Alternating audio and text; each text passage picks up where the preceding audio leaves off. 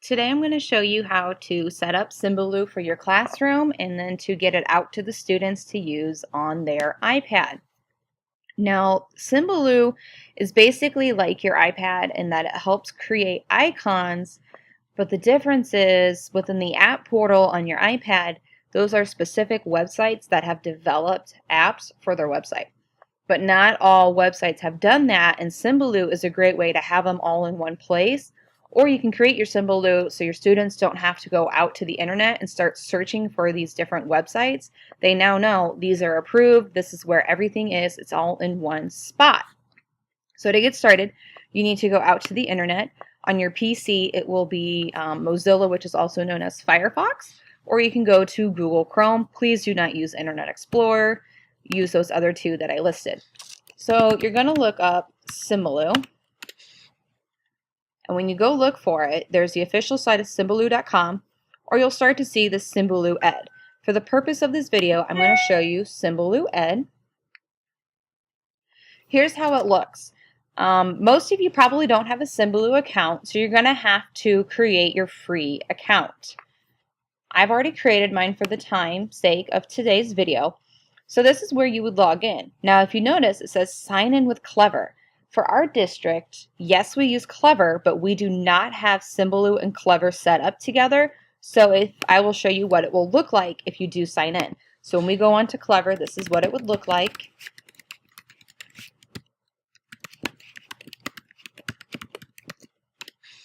It says, uh-oh, could not find an authorization between district and app. So it obviously doesn't work. So I'm going to go ahead and go back, and I'm just going to sign in here the normal way.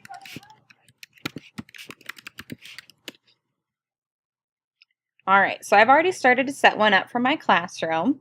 So as you can see over here, this is my reading area, and I've already started to set up my math area. So let me go to this home screen here. This is the one that will pop up when you first create your account. So as you can see, they've created areas for different things. And this is what I was starting to do over here on my tab for my classroom. So for example, Math Playground does not have an app in the app portal. So right here, I can just do this versus sending my students out to Safari on the iPad and have them go type in Math Playground and possibly get distracted with other websites. So to create your own web mix, you're going to create this little plus tab. And a web mix is basically what the screen of tiles is. You can use one that's already been created, or you can create your own. And most of you are going to want to create your own to get it specific for your classroom needs. And then you're just going to add it. So here's how it looks blank. You can come up here to options, and this is where you can rename it, and you can change its wallpaper, and you can select its icon. So I'm going to teach you how to change its wallpaper. If you want to be warm and exotic, there you go. You just want a color, or you can create your own image, such as maybe your classroom. So that is how you change the background. So then if you look, it just says add new tile, add new tile. To do that, you just click here. You can search for a tile that's already been made. You can go by different categories if you want to add those. But for our purpose, I'm thinking more of our new one, Storia, because we found out that does not have an app. So I'm going to go out here to another page. I'm going to go out to Storia. So here's where my students need to go. Before, I was telling my students to go to Safari, do storiaschool.com. Well, you no longer need to. I'm just going to right now copy this code, go back to my Symbaloo, and paste it in here where this URL goes. And there it is. It names it Storia. You can change it if you just want it to be Storia. You can change it if you want it to be a news source, radio station, but this is a website, so I'm going to keep it as a website. If the app does not have a whole icon, you can change its background, but the app itself already takes up the whole tile, so there's no need. You can upload your own image, but right now this is pretty good. The students will know that, and then I will just save it, and there it is. So if I want my reading to be over here, I can just drag and drop this. But this is how it works. I will just do one click, and there, it sends my students directly where they need to go. No typing, no searching, nothing. It takes them directly there. I'm going to show you again how to do this. I'm going to click Add a Tile. I'm going to create a tile. This time, let's do Math Playground. So here it is. So I'm going to just click on the URL. I'm going to copy it once it's highlighted. Go back to Symbaloo, right click, and paste it. Math Playground. And it created its own tile, and it's a website. Now this tile, the background is white. It doesn't take up the whole thing, so I can change its background if I want it. And then I'm going to save it, and there it is. And once again, you can just drag it and drop it wherever you want. And then you can test it if you want, and it'll take you right there where the students can go find their games. So let's say you have this all set up with your tiles and you're ready to share this with your students. You need to come up here to Share, and you need to add a description. I'm just going to write test. You can do your tags. Now you can share this two ways. You can do public, where anyone can search for it. It goes in the gallery for people to add it to their tab. Or you can do it private, which for my purpose, I'm just going to do it private because only my students need it. And then you're going to share it. So then you can get this side of your screen now.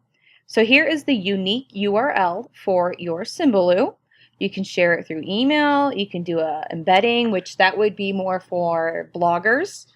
And then you can do it to social media. Now, to get this to your students, you're going to want this unique URL code. So you're going to want to highlight it and copy it. Most of us on our iPads will have a QR reader. If you don't, just go out and download it. They're free. So you're just going to search for QR code.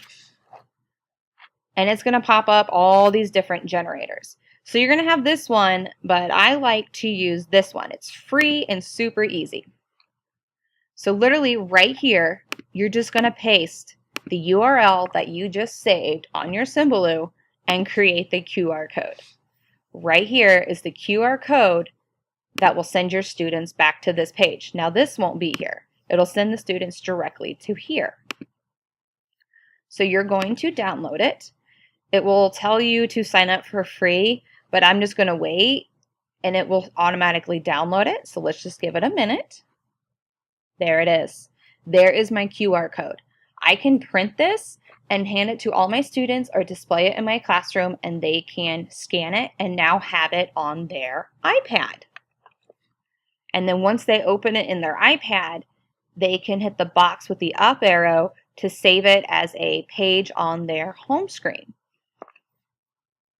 And that is how your students will now have access to this at all times on their iPad.